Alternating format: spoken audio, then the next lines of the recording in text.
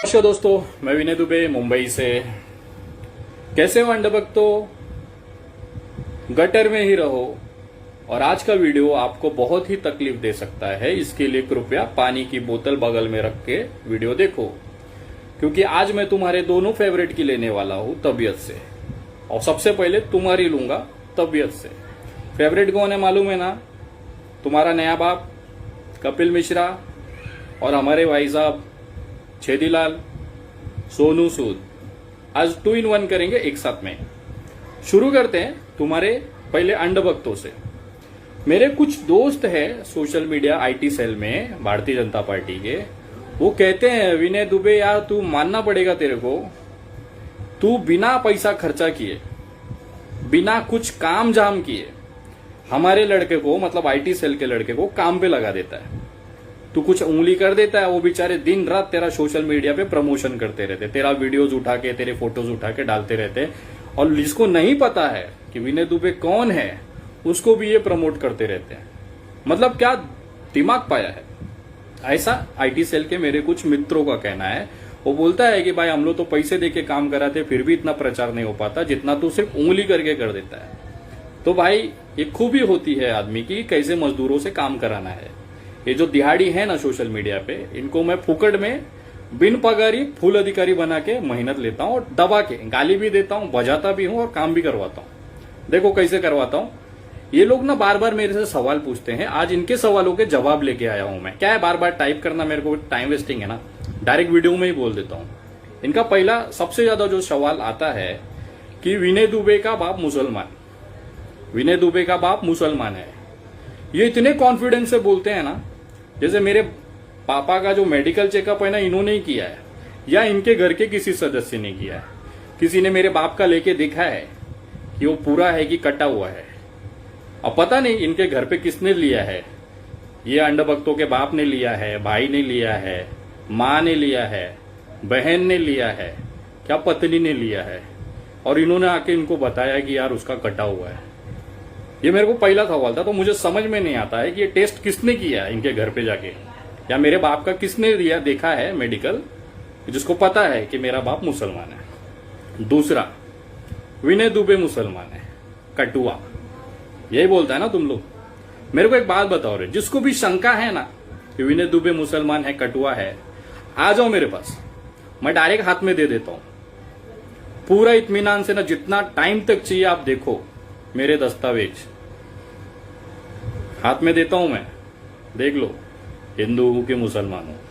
तीसरा सवाल, मेरी शक्ल इनको ना सुअर के जैसी दिखती है, ये दिखती है, वो दिखती है। पता नहीं क्यों इतने ध्यान से मेरी शक्ल और मेरे दांतों को देखते हैं ये। क्या ये अपनी जीजा बनाने की तैयारी में है क्या? ये मतलब इस तरह से देखते हैं जैसे रिश्तेदारी जोड़नी है, इनकी बहनों की शादी मेरे से करनी है, इसके लिए पूरा देखते हैं। आंख बराबर है, नाक बराबर है, दांत बराबर है। मेरे को एक बात बताओ रे, मेरे ऑलरेडी 3 बच्चे हैं, मेरे को अब इच्छा नहीं है कोई नया संबंध बनाने का, और तुमको मामा नहीं बना सकता मैं ऑलरेडी जो बनाना था बना दिया है। अब मेरी हिम्मत नहीं है, तो किसी अपने उसके लिए किधर और जीजा ढूंढ लो तुम लोग। और जिनको मेरी शक्ल नहीं पसंद है ना, तो आके इधर करने का नहीं तो विनय दुबे है बजाने के लिए। चौथा, ये कहते हैं कि कांग्रेस का तलवा चाटता है। मेरे को एक बात बताओ रे अंडभक्तों, पूरे देश में चुनावों में तुमको 23% मतदान मिला। इसका मतलब होता है 77% लोगों ने तुमको रिजेक्ट किया। मतलब वो 77% कांग्रेसी है। और अगर वो 77% कांग्रेसी है तो देश में तुम चूतिया जैसे क्यों बैठे हो सरकार में? हर भाजपा का विरोधी कांग्रेसी होता है, ऐसा नहीं होता है रे बेटा। अगर ऐसा होता ना तो तुम लोग सत्ता में नहीं होते और कांग्रेस जो है सड़क पे बिकने मांग रही होती। आज जो हालत है, और तुम कांग्रेस की तलवे चाटने की बात करते हो, जिस पार्टी का 70% सांसद कांग्रेस पार्टी का आयात किया हुआ, जिस भारतीय जनता पार्टी का 65% या 60% विधायक कांग्रेस पार्टी का, और तुम बोलते हो कांग्रेस के तलवे चाटते। अरे तुम तो पूरा ले लिए हो अंदर, गले तक भरा हुआ है तुम्हारा कांग्रेस से, और तुम दूसरे को उंगली करते हो कि कांग्रेस के तलवे चाटते हैं। तुम्हारा पूरा पार्टी कांग्रेस से भरा है रे। अगर उनको हटा देना तो तुम लोग 0 सन्नाटा है क्या तुम्हारे पास? कार्यकर्ता तक नहीं है तुम्हारे पास, पैसा देके 200-500 रुपए में भीड़ जमा करने वाले हैं। तुम दूसरे को उंगली करते हो। जवाब दिया। उसके बाद आते हैं तुम्हारे बाप पे, कपिल मिश्रा। आजकल नया नया बाप तैयार हुआ है ना इनका, ये रोज बदलते, रोज फुकट में दनादन, जिसका मीठा वो बाप। और कपिल मिश्रा है, मुद्दते रहता है। आपको मैं आज राज की बात बताता हूं कि कपिल मिश्रा के ऊपर कार्रवाई क्यों नहीं हो रही है, कपिल मिश्रा को अरेस्ट क्यों नहीं किया जाता है। उसका कारण है कपिल मिश्रा के पास नरेंद्र मोदी जी की सेक्स सीडी है, ऐसा उसने खुद विधानसभा के अंदर बोला था। अगर यकीन ना हो ये वीडियो देख लें। यही सेक्स सीडी के दम पे कपिल मिश्रा नरेंद्र मोदी के सर पे बैठता है और नरेंद्र मोदी के साथ पूरी भारतीय जनता पार्टी उसका कुछ नहीं उखाड़ सकती है। जरा ये वीडियो देखो, खुद कबूल कर रहा है, जरा देखिएगा। एफिडेविट के अंदर दिया गया है। इसके बाद इससे भी ज्यादा खतरनाक बात होती है, पेटिशनर प्रदीप शर्मा जिन्होंने सुप्रीम कोर्ट में एफिडेविट दिया, इनके पास एक लेटर आता है कि एक सीडी है इस महिला की किसी व्यक्ति के साथ सेक्स करते हुए, और वो सीडी जो है वो सरकार के पास है, इसीलिए प्रदीप शर्मा इस महिला से मिलना बंद कर दें।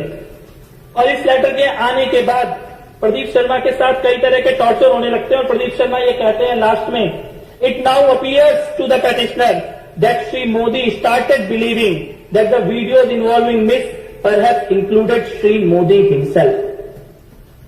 यानी कि मोदी जी को ये लगा कि मोदी और उस महिला के बारे में जो वीडियो सीडी है वो खुद इस पेटिशनर के पास आ गई और इसीलिए इस पेटिशनर के साथ कई तरह के केस और कई तरह के मामले दर्ज करके इनका पूरा कैरियर बर्बाद करने की कोशिश की जाती है। और अध्यक्ष महोदय, ये सीडी और ऑडियो रिकॉर्डिंग इसके बहुत शौक हैं। विजेंद्र गुप्ता जी को आज उनके सारे शौक पूरे कर देते हैं इस विधानसभा के अंदर। अभी भी गए कि मैं जाके बाहर दिखाऊंगा लोगों को एक ऑडियो सीडी, एक सीडी में इस विधानसभा में ऑन रिकॉर्ड रखना चाहता हूं। और ये सीडी अमित शाह की है, अमित शाह की पुलिस अधिकारियों के साथ बातचीत की है, और ये सीडी वो घिनौना सच हिंदुस्तान के सामने लेके आती है कि कैसे एक मुख्यमंत्री एक लड़की, अपने से आधी उम्र की लड़की के पीछे पड़ता है, और सबूत के साथ। और सबसे बड़ी बात, ये जिसको आज बाप बना के घूम रहे हैं, कल तक ये इनके पिछवाड़े में उंगली कर रहा था। कैसा कर रहा था? कपिल भाई जरा बताओ इनको, आपको ऑडियो वन क्यों पसंद है? वाई आई लव ऑडिवन? क्योंकि इससे ट्रैफिक कम होता है, पॉल्यूशन कम होता है, टाइम बचता है, और सबसे बड़ी बात, ऑडिवन से मोदी जी के भक्तों को मिर्च बहुत लगती है। दैट्स वाई आई लव ऑडिवन। अभी आ जाएंगे बोल ले ये तो मुसलमान बन के नकली आईडी लगा के हिंदुओं को, हिंदू का नाम इस्तेमाल कर रहा है। मेरे को एक बात बताओ रे अंडभक्तो, भारत जैसे देश में एक व्यक्ति पिछले कितने ही दिनों से तुम्हारी सरकार की ऐसी तैसी कर रहा है विनय दुबे के नाम से।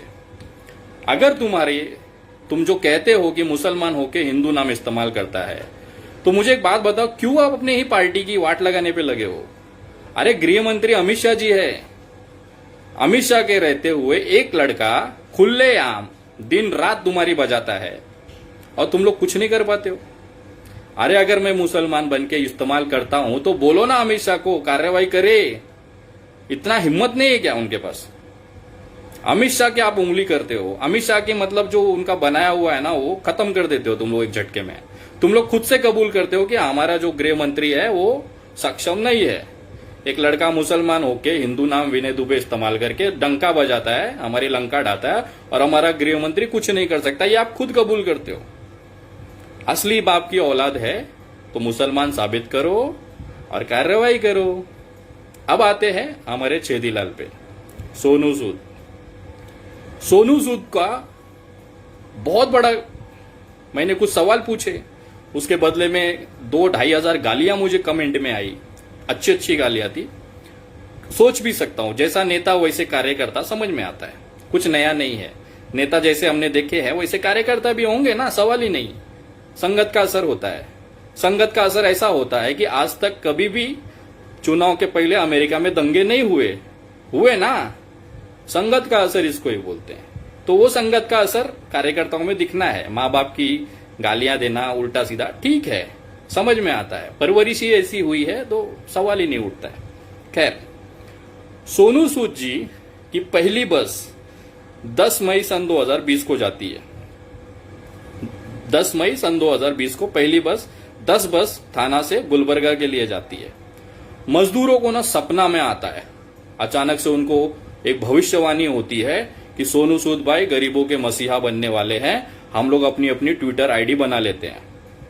ये जो कुछ अंडभक्त बोल रहे थे कि जब जरूरत पड़ती है तब गरीबों ने ट्विटर आईडी बनाई, सोनू सूद से मदद मांगी और वो हो गया।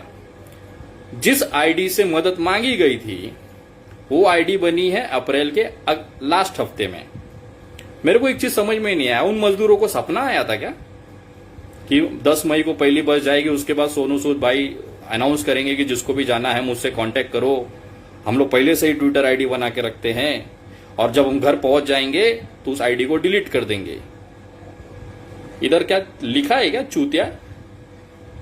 चूतिया लिखा है क्या किधर? आईडी तुम्हारी, सब कुछ तुम्हारा, लोग पहुंचे तुम्हारे, सिर्फ सोशल मीडिया पे। सोनू सूद पिक्चर में आए हैं मई 2020 में, आईडीज बनी है अप्रैल के लास्ट हफ्ते में।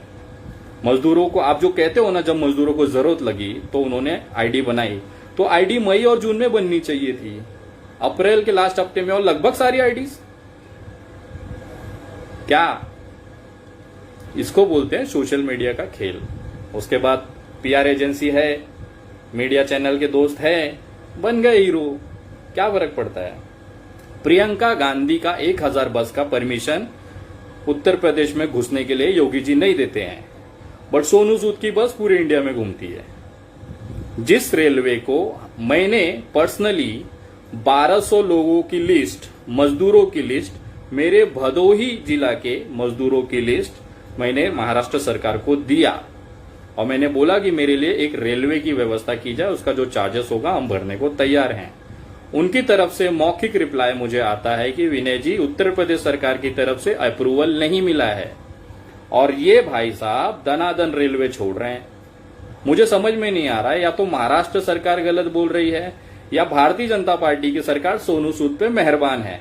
उनके बोलने पे ट्रेनें मिल जाती है, उनके बोलने पे बसें मिल जाती है और हम जैसे लोग, जो बाकी लोग हैं, वो एप्लीकेशन पास अप्लाई कर करके थक जाते हैं। ये समझ में आता है हमको भी।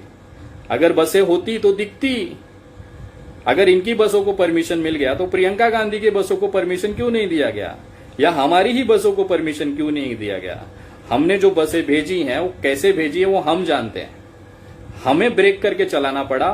मुंबई से लेके मध्य प्रदेश बॉर्डर तक एक बस ट्रक हमने दिया, फिर मध्य प्रदेश से रीवा उत्तर प्रदेश बॉर्डर तक हमने अलग गाड़ी दी और उत्तर प्रदेश से बिहार के लिए अलग गाड़ी की। इस तरह से हमने चलाए हैं। बट सोनू सूद के लिए तो ये काबिल नहीं होता ना, उनको तो दनादन परमिशन मिलती है।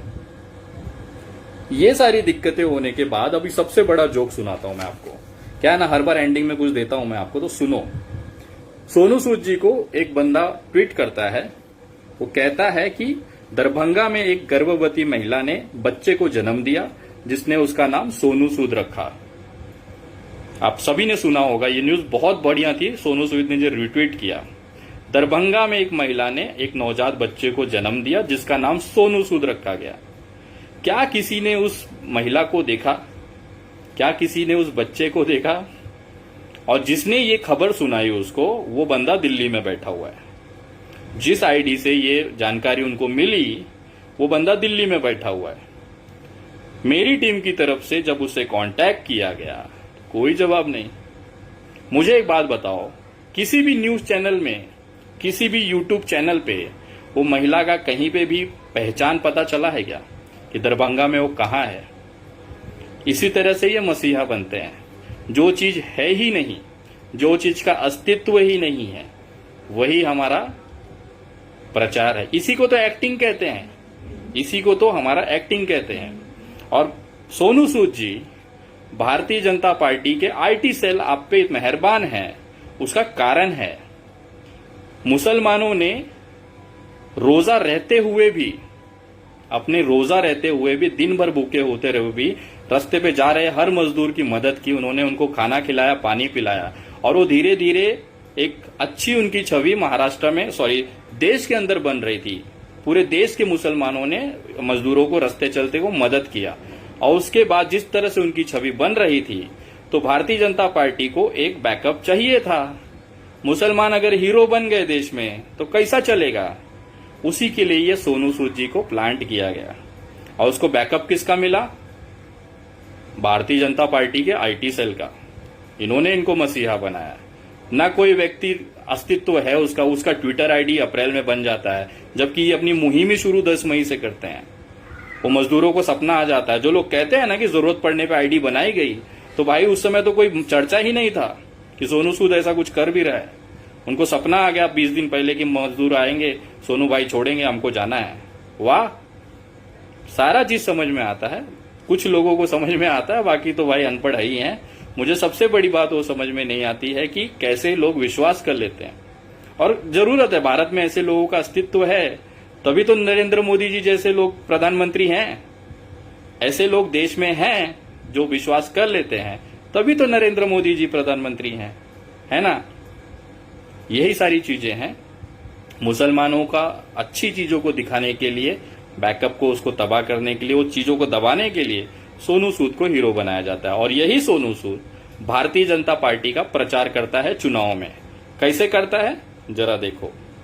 So I think all thanks to Sameer भाई। क्या बात है सर, अभी बहुत कुछ आने वाला है। देखिए, वो खासियत ये बात की होती है जब मेट्रो भी यहां तक आ गई है और आने वाली है बहुत। मुझे लगता है कि मैं समीर भाई से हमेशा रिक्वेस्ट करूंगा कि भाई आप हमारी कॉन्स्टिट्यूएंसी में, मुंबई में भी आके भी हमें गाइड करते रहे, क्योंकि जो इतने कम समय में यही होगा आगे आने वाले बिहार चुनाव में। आप देख लीजिएगा, जिन भी लोगों को ये लगता है कि भाई मसीहा है अपना, देखिए 10 लोगों को पहुंचा है, मैं सलाम करता हूं। जो लोग मुझे कहते हैं कि भाई कोई अच्छा चीज कर रहा है तो उसको उंगली नहीं करनी चाहिए, कमियां नहीं निकालनी चाहिए, मैं उनसे वही चीज पूछता हूं कि भाई अगर जब मैंने मजदूरों की आवाज उठाई थी, मैं भी तो एक अच्छी चीज ही कर रहा था ना। उनको घर पहुंचाने के लिए आंदोलन हुए, मैं जेल गया, तो आप लोगों ने तो मुझे देशद्रोही बना दिया। मतलब सोनू सूद करे तो वो चमत्कार हो गया, और विनय दुबे वही चीज, वही शब्द, वही बात कहे कि मजदूरों को अपने घर छोड़ना है तो देशद्रोही हो जाता है। वाह रे दोगलो वाह, कहां से लाते हो इतना दोगलापन? ओह, मैं भी भूल जाता हूं यार, तुम लोग हैं कहां पे, किस पार्टी में। होता है, मानता हूं, कोई फर्क नहीं पड़ता। और जितने भी लोग इस पे गालियां दे सकते हैं बिंदास दें, मेरी मुहिम चलती रहेगी। तुम्हारे गालियों से ना मैं डरता हूं, ना तुम्हारे ऊपर वाले बापों से मैं डरता हूं। जो उखाड़ना उखाड़ सकते हो, खुला स्वागत है।